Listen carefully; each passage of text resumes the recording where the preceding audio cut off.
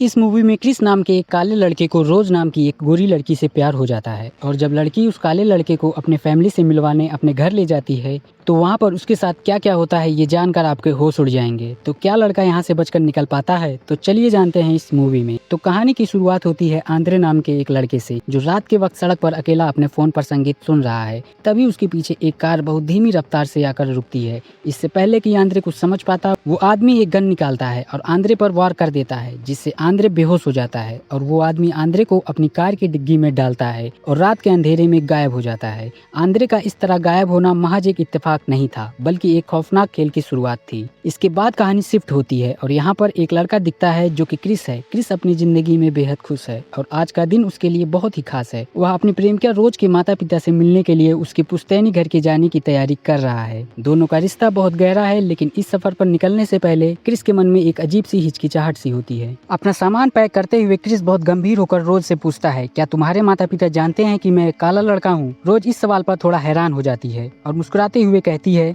कि इसकी कोई जरूरत नहीं है। वह क्रिस को भरोसा दिलाती है कि उसके माता पिता इतने खुले विचारों के हैं कि अगर बस चलता तो वो ओबामा को तीसरी बार राष्ट्रपति चुनने के लिए वोट दे देते। रोज का यह भरोसा क्रिस को थोड़ा सा शांत करता है, लेकिन उसे इस बात का अंदाजा बिल्कुल नहीं है कि वह जिस अनजान रास्ते पर कदम बढ़ा रहा है वहाँ उसका स्वागत करने के लिए कोई सामान्य परिवार नहीं बल्कि एक गहरा दलदल इंतजार कर रहा है। दोनों कार में बैठकर शहर की ओर जाने लगते हैं। रास्ते में क्रिस अपने सबसे अच्छे दोस्त रॉड को फोन करता है जो एयरपोर्ट पर एक एजेंट है। रॉड बातों बातों में वह क्रिस को चेतावनी भी देता है कि अनजाने लोगों के बीच जाते हुए उसे बहुत सतर्क रहने की जरूरत है। फोन कटने के बाद अचानक सामने से एक काला हिरण तेजी से सड़क पार करता है। एक जोरदार और खौफनाक आवाज के साथ वह हिरण कार के अगले हिस्से से टकराता है। रोज जोर से ब्रेक लगाती हुई गाड़ी को रोक देती है। अभी वे इस हादसे से उबर ही नहीं पाए थे कि तभी वहाँ पर एक पुलिस की गाड़ी आ जाती है और यहीं से क्रिस को इस बात का पहला एहसास होता है कि इस इलाके की हवा में कुछ अलग ही कड़वाहट है। कार से उतरते ही पुलिस अफसर बेहद अड़ियल रवैया अपनाता है। हालांकि गाड़ी रोज चला रही थी, लेकिन वह अफसर बिना किसी वजह के क्रिस से उसकी आईडी मांगता है। क्रिस शांति से अपनी आईडी निकालने ही वाला होता है कि रोज बीच में आ जाती है। वह बेहद आक्रामक होकर अफसर से बहस करने लगती है और कहती है कि जब क्रिस गाड़ी नहीं चला रहा था तो उसकी आईडी चेक करने की क्या हक है।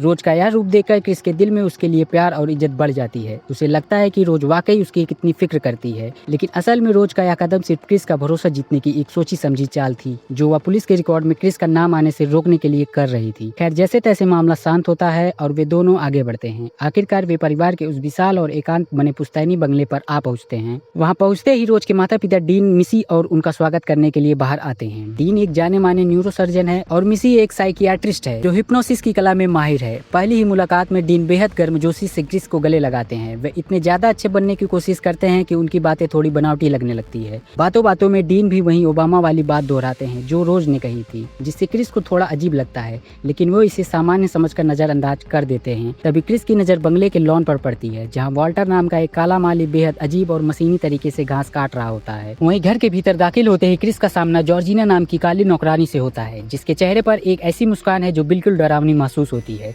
इस आलीशान घर में सिर्फ दो ही काले लोग हैं और दोनों का व्यवहार किसी रोबोट जैसा है जो क्रिस के मन में एक अनजान सा डर पैदा कर देता है। घर के अंदर डीन क्रिस को पूरा बंगला घुमाते हैं। वे गर्व से अपने दादाजी की तस्वीर दिखाते हैं जो 1936 के बर्लिन ओलंपिक में मशहूर अश्वेत एथलीट से हार जाते हैं। बातों ही बातों में डीन कहते हैं मेरा पिताजी उस हार को कभी भूल नहीं पाए, लेकिन वे हमेशा इस बात के कायल रहे कि अश्वेत लोगों का शरीर कितना कमाल का होता है। यह बात क्रिस को थोड़ी असहज करती है, जिसके बाद डीन बेहद कैजुअल अंदाज में नौकरों के बारे में बात करते हुए कहते हैं कि जब उनके माता पिता गुजरे तो वे वॉल्टर और जॉर्जिना को अलग नहीं कर पाए क्योंकि वे इस परिवार का हिस्सा बन चुके थे। डीन मुस्कुरा कर कहते हैं मुझे पता है कि घर में गोरे लोगों के होते हुए अश्वेत नौकर रखना कैसा दिखता है, लेकिन ये लोग सच में बहुत प्यारे हैं। क्रिस चुपचाप सब सुनता है, लेकिन उसे एहसास होता है कि इस घर के लोग जो दिखा रहे हैं पर्दे के पीछे की हकीकत उससे कोसों दूर है। शाम को पूरा परिवार डाइनिंग टेबल पर बैठता है जहाँ रोज का छोटा भाई जेरेमी भी आ जाता है। जेरेमी मेडिकल का छात्र है और उसका व्यवहार शुरू से ही बहुत अजीब होता है। शराब के नशे में जेरेमी अचानक क्रिस से उसकी कद काठी के बारे में बात करने लगता है और कहता है कि क्रिस के पास जेनेटिक्स का एक बहुत बड़ा फायदा है जो बिना किसी हिचकिचाहट के क्रिस को एक कुश्ती के दांव में जकड़ लेता है। माहौल में अचानक भारी तनाव पैदा हो जाता है। रोज चिल्लाकर जेरेमी को रोकती है जबकि डीन और मिसी बेहद शांति से यह सब देखते रहते हैं जैसे यह कोई आम बात हो। इस घटना के बाद क्रिस का मन बहुत अशांत हो जाता है।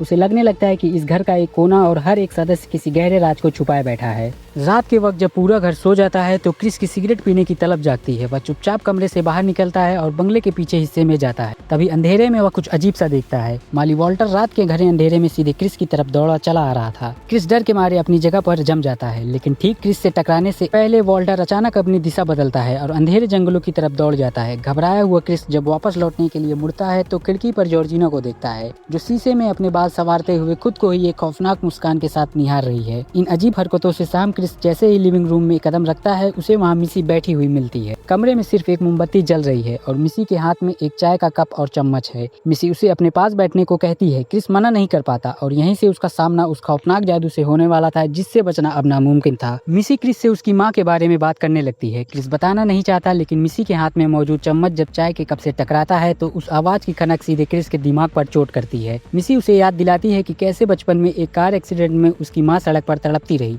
और क्रिस सिर्फ टीवी देखता रहा, मदद के लिए नहीं गया। यह सब सुनकर क्रिस रोने लगता है। वह हिलना चाहता है, लेकिन उसका शरीर उसका साथ छोड़ देता है। मिसी उसे हुक्म देती है, अब डूब जाओ, और देखते ही देखते क्रिस को महसूस होता है कि वह अपने ही शरीर के किसी भीतर एक काले अंतरिक्ष में गिरता जा रहा है, जहाँ से वह बाहर की दुनिया को सिर्फ एक टीवी स्क्रीन की तरह देख सकता है, लेकिन कुछ कर नहीं सकता। क्रिस खौफ से चीखता हुआ अचानक अपने बिस्तर पर जागता है। उसे लगता है कि यह सिर्फ एक बुरा सपना था, लेकिन जब वह अपनी उंगलियों को देखता है तो उसे एहसास होता है कि उसकी सिगरेट पीने की लत पूरी तरह गायब हो चुकी है। क्रिस को तब पता चलता है कि मिसी ने सच में उसे हिप्नोटाइज कर लिया था। अगली सुबह रोज के परिवार के घर पर गर्मियों की पार्टी की शुरुआत होती है। इस आलीशान बंगले पर दर्जनों अमीर गोरे मेहमान अपनी गाड़ियों से उतरने लगते हैं, लेकिन इस महफिल का नजारा बेहद अजीब है। जैसे ही क्रिस वहां पहुंचता है, सारे मेहमान अपनी बातचीत रोककर सिर्फ उसे घूरने लगते हैं। वे क्रिस के आसपास आते हैं, उसके शरीर को छूते हैं, उसकी बनावट की तारीफ करते हैं। क्रिस को ऐसा महसूस होने लगता है जैसा वह इंसान नहीं है, बल्कि किसी बाजार में बिकने आया कोई बेशकीमती सामान हो जिसे सब अपनी नजरों से तौल रहे हैं। इस भीड़ के बीच क्रिस की नजर एक ऐसे शख्स पर पड़ती है जिसे देखकर उसे थोड़ी राहत मिलती है। वह एक और काले नौजवान को देखता है जो एक बहुत ही अमीर और उम्रदराज गोरी महिला के साथ आया है। क्रिस खुश होकर उसके पास जाता है और उससे हाथ मिलाने के लिए अपना हाथ आगे बढ़ाता है, लेकिन वह नौजवान उसका नाम लोगन बता रहे थे बेहद अजीब तरीके से रिएक्ट करता है।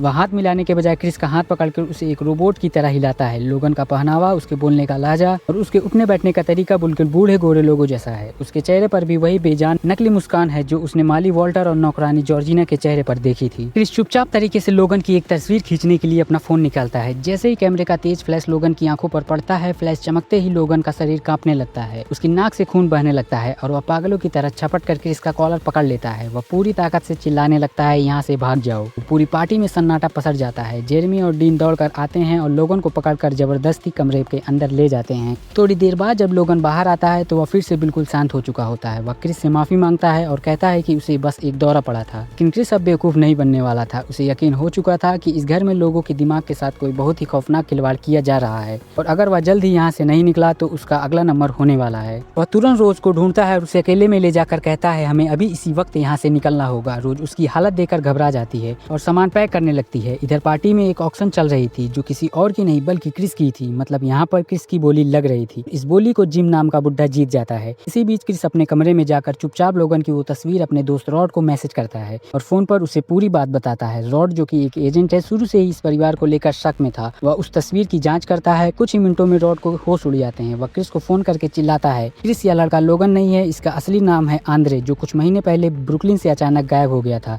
आंद्रे वही है जो मूवी की शुरुआत में किडनैप हुआ था। रॉड कहता है, वहाँ से तुरंत भागो, वे लोग काले लोगों को किडनैप करके उनके दिमाग के साथ कुछ घिनौना कर रहे हैं। उसे समझ आ जाता है कि आंद्रे के साथ जो हुआ है वही अब उसके साथ होने वाला है। वह तेजी से अपने सामान बैग में भरता है और तभी कमरे के कोने में पड़े एक पुराने बक्से पर उसकी नजर पड़ती है, जिसका दरवाजा थोड़ा खुला हुआ था। डर के मारे क्रिस जब उस बक्से को खोलता है, उसमें रोज की ढेर सारी तस्वीरें थी। उन तस्वीरों में रोज अलग अलग काले लड़कों के साथ रोमांटिक अंदाज में खड़ी थी। सबसे चौंकाने बात वाली ये थी कि उन तस्वीरों में माली वॉल्टर और नौकरानी जॉर्जिना भी शामिल थी। वो एक तस्वीर में आंद्रे भी था, जिसको अब असली सच समझ आता है। रोज कोई मासूम लड़की नहीं थी, बल्कि वह इस पूरे गिरोह की शिकारी थी, जिसका काम हर साल नए नए काले लोगों को प्यार में जाल में फंसाकर इस मौत के कुएं में खींच लाना था। इस बैग उठाकर नीचे भागता है। लिविंग रूम में पूरा परिवार और रोज उसका रास्ता रोके खड़े थे। क्रिस बेहद चालाकी से अपने डर को छुपाते हुए रोज से कहता है, रोज गाड़ी का चाबी कहाँ है, मुझे चाबी दो, हमें निकलना है। रोज अपने बैग में चाबी ढूंढने का नाटक करती है। तभी रोज का भाई दरवाजे के सामने आकर खड़ा हो जाता है और उसके हाथ में एक भारी लाठी होती है। डीन और मिसी अपनी जगहों पर जमे रहते हैं। आखिरकार रोज अपने बैग से हाथ निकालती है, इसमें चाबी होती है और कहती है, तुम्हें पता है ना क्रिस, मैं तुम्हें चाबी नहीं दे सकती।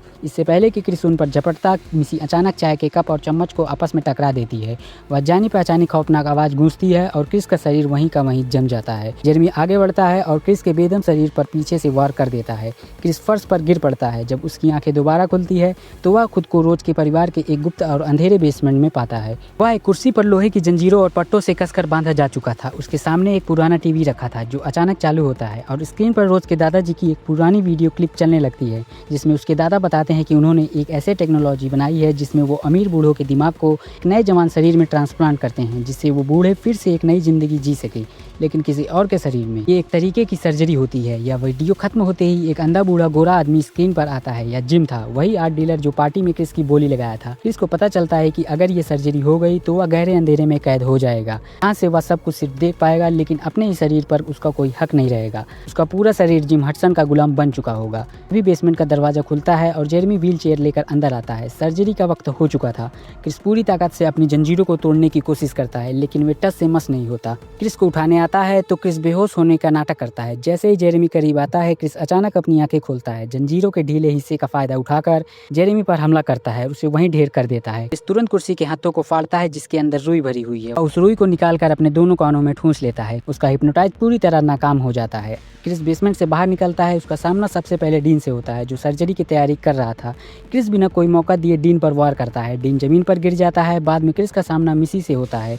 मिसी चिल्लाकर उस चाय के कप को उठाने की कोशिश करती है, लेकिन क्रिस उससे पहले ही कप को फर्श पटक कर चकनाचूर कर देता है और मिसी का खात्मा कर देता है। वह बाहर खड़ी जेरेमी की कार में बैठता है और पूरी रफ्तार से गाड़ी को गेट की तरफ दौड़ जाता है, लेकिन तभी रास्ते में अचानक नौकरानी जॉर्जिना सामने आ जाती है। क्रिस ब्रेक लगाता है, लेकिन गाड़ी जॉर्जिना से टकरा जाती है। वह गाड़ी से उतरकर जॉर्जिना के बेदम शरीर को उठाकर कार की सीट पर बिठा लेता है। जैसे ही गाड़ी आगे बढ़ती है, जॉर्जिना, जिसके दिमाग में असल में रोज की दादी का दिमाग था, अचानक होश में आती है और पागलों की तरह क्रिस पर हमला कर देती है। गाड़ी का बैलेंस बिगड़ जाता है और कार एक पेड़ से टकरा जाती है। इस भयानक एक्सीडेंट में जॉर्जिना की मौके पर ही मौत हो जाती है, लेकिन क्रिस भी बुरी तरह घायल हो जाता है। वह लड़खड़ाते हुए कार से बाहर निकलता है और रेंगते हुए सड़क की तरफ बढ़ता है। तभी पीछे से बंदूक लोड होने की आवाज आती है। क्रिस मुड़कर देखता है, वहाँ रोज खड़ी थी और उसके साथ माली वॉल्टर था, जिसके दिमाग में रोज के दादाजी का वास था। रोज के चेहरे पर एक शैतानी मुस्कान थी। वह वॉल्टर को हुक्म देती है, वॉल्टर इसे खत्म कर दो। वॉल्टर पूरी ताकत से क्रिस की तरफ झपटता है और उसे जमीन पर पटाकर उसका गला दबाने लगता है।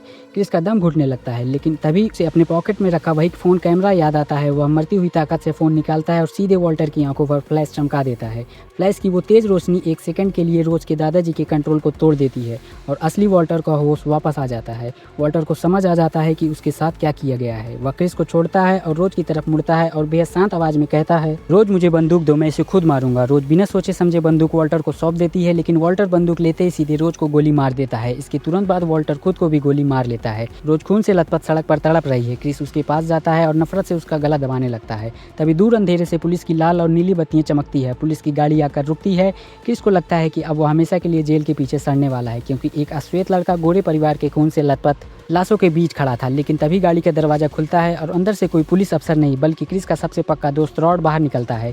क्रिस राहत की एक गहरी सांस लेता है और गाड़ी में बैठ जाता है। पीछे हम देखते हैं कि रोज की भी उसी सड़क पर मौत हो जाती है और इस तरह इस खौफनाक खेल का अंत हो जाता है। बाकी डेली ऐसे ही मूवीज एक्सप्लेनेशन के लिए हमारे चैनल को अभी सब्सक्राइब करें।